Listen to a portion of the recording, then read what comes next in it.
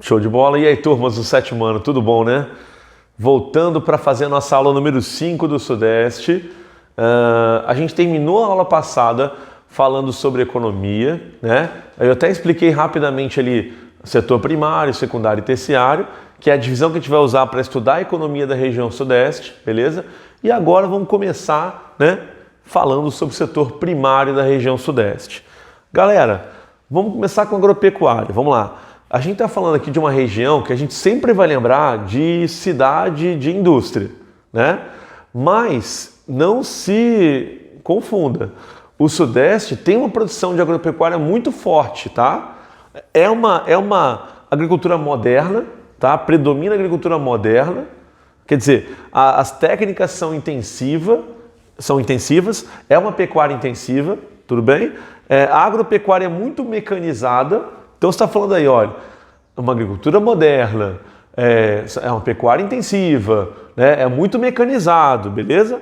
Há também muitos latifúndios, um crescimento muito forte de latifúndios e monoculturas, né? E agroindústria. Então, quando você coloca tudo isso junto, o que você conclui? Que a produção agrícola do Sudeste é muito grande. A gente está falando de uma região que vai se destacar no Brasil em relação à produção de agropecuária. Então, embora a gente saiba que a região Sudeste ela cresceu muito a parte urbana, a parte industrial, comércio e tal, lembra que também a agropecuária é muito desenvolvida, também é muito forte, beleza? Isso é importante. Eu vou colocar alguns destaques aqui. O que eu coloquei de destaque aqui, tipo, o Sudeste é primeiro colocado, ou é primeiro ou é segundo, beleza? Então eu tenho cafeicultura, eu tenho cana-de-açúcar, eu tenho algodão, milho, gado de corte e gado leiteiro. Aqui é destaque, viu, gente? O Sudeste vai estar nas primeiras colocações nacionais dessas produções todas que eu falei para vocês. Então é importante a gente saber listar quais atividades agropecuárias são destaques da região Sudeste. Então vamos lá, cafeicultura, cana-de-açúcar, algodão, milho, gado de corte e gado leiteiro. Você entende gado de corte e gado de leite? O que é isso? Gado de corte é para a produção de carne bovina. Nesse caso, o Sudeste é uma produção um pouco menor, viu? Mas também é uma produção que existe aqui. E o gado leiteiro, aí eu estou falando da produção de leite e derivados, a indústria de laticínios, né? Aí é o leite, é o queijo, é o iogurte e tudo mais que envolve a indústria de laticínios. Aí o Sudeste vai ser destaque no Brasil, tranquilo? Então, essa diferença é importante. Com relação ao extrativismo, a gente tem também vários destaques para fazer. O extrativismo é uma atividade importante para a economia do Sudeste.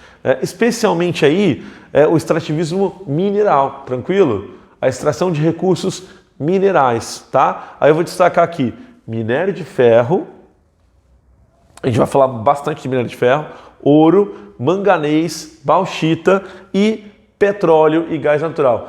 A gente vai falar bastante de minério de ferro, petróleo e gás natural, que é onde o Sudeste mais se destaca, beleza? Bom, vamos começar com o minério de ferro. Minério de ferro é um recurso muito importante. Cara, o minério de ferro, ele é usado amplamente, cara, na sociedade. Imagina você, do seu carro que você usa, passando pelo celular, até o prédio que você mora. Tudo isso foi feito a partir de minério de ferro, né? Então o minério de ferro é um elemento integrante desses produtos todos que eu falei e ele é muito importante para a sociedade, né? E o Brasil é um dos países que tem as maiores reservas, cara, de minério de ferro do mundo. A gente tem uma quantidade enorme de minério de ferro, né? O Sudeste se destaca nessa extração, especificamente em uma área, né? A área do quadrilátero ferrífero. Gente, é um nome complicado, mas o significado é fácil. É uma jazida de vários minerais, especialmente minério de ferro, tá? Então vamos lá. Quadrilátero ferrífero, o que é isso? É uma área onde se encontra uma grande quantidade. O que é uma jazida? É uma área que tem uma quantidade maior do que o normal de algum recurso. Esse caso aqui é o minério de ferro, tranquilo? Eu vou te mostrar um mapa. Daqui a pouco eu falo do Porto de Tubarão, segura aí. Aqui, esse é o mapa que eu estou falando. Por que quadrilátero? forma essa área aqui, né? Tipo um polígono aqui de 4 lados. Né? Em toda essa área aqui, gente, você tem extração de minério de ferro em grande quantidade. No estado de Minas Gerais, tranquilo? Aqui é uma área pintadinha aqui, ó. Aqui está em detalhe, né? Beleza? Agora reparem, Minas Gerais não tem litoral, né? Não tem litoral, né? Então vai ter que, se o minério de ferro vai boa parte das vezes para a exportação, vai ter que jogar essa produção para uma área de litoral, né? E aí eu já vou entrando aqui no Porto de Tubarão aqui, né?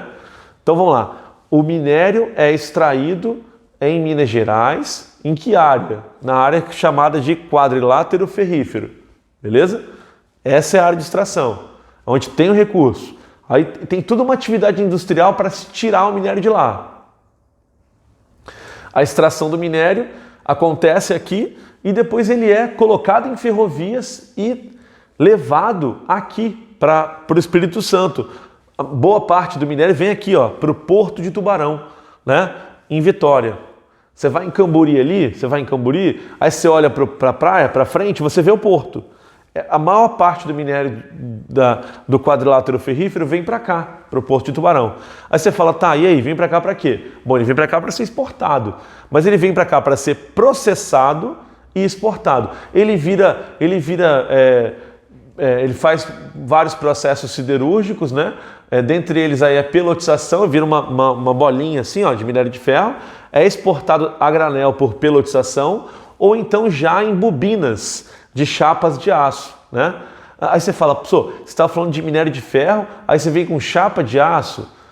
Gente, porque o aço ele não é encontrado na natureza, ele é produzido pelo ser humano. E como é que a gente faz o aço? A gente pega o minério de ferro, pega o carvão mineral, junta e produz o aço. Então o aço é basicamente minério de ferro e carvão mineral, juntos, fundidos a uma temperatura altíssima.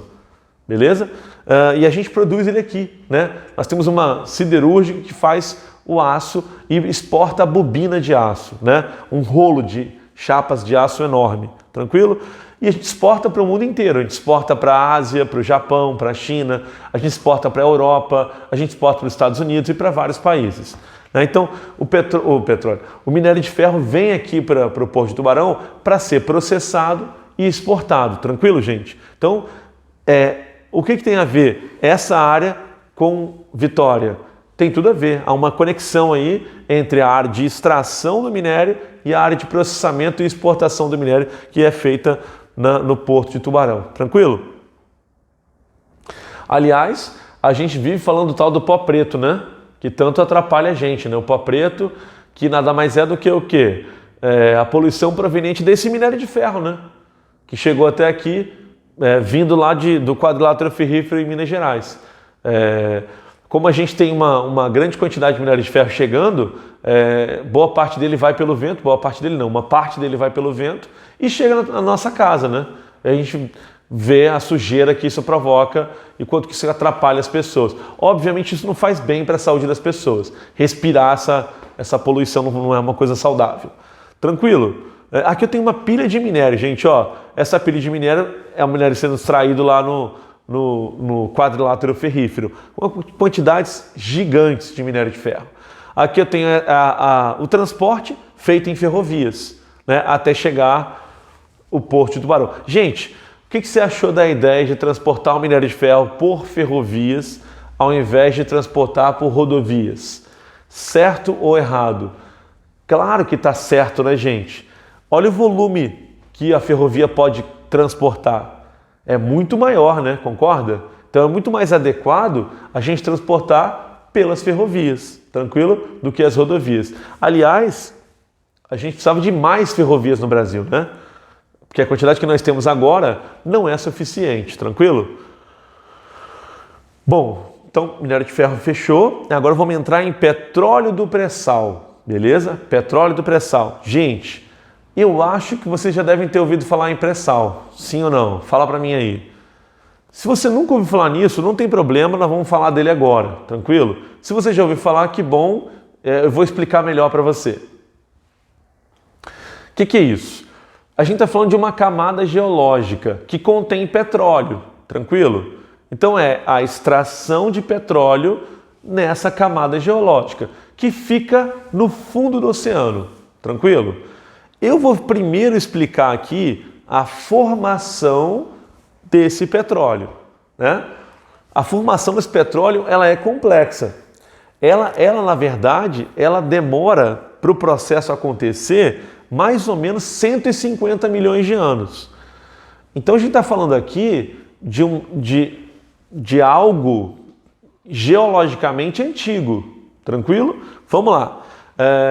Vocês vão lembrar do 6º ano agora, tá? Lembra da ideia da Pangeia? Quem é que lembra da ideia da Pangeia? Que aquele cientista, aquele geólogo alemão, Alfred Wegener, falou pra gente que os continentes estavam reunidos num supercontinente, né? Chamado de Pangeia. E houve uma fragmentação deles, né? E as placas se mexeram. A placa africana e a placa sul-americana estavam juntas, tranquilo? E começaram a se separar, né? Começando a se separar, começa a formação do Oceano Atlântico, beleza? Ó, eu vou chamar de proto-oceano. Proto-oceano é um filhotinho do Oceano Atlântico, é o começo.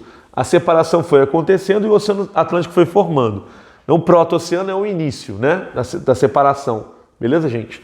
Se liga, nesse proto-oceano, cadeias de animais e vegetais marinhos se desenvolveram, né?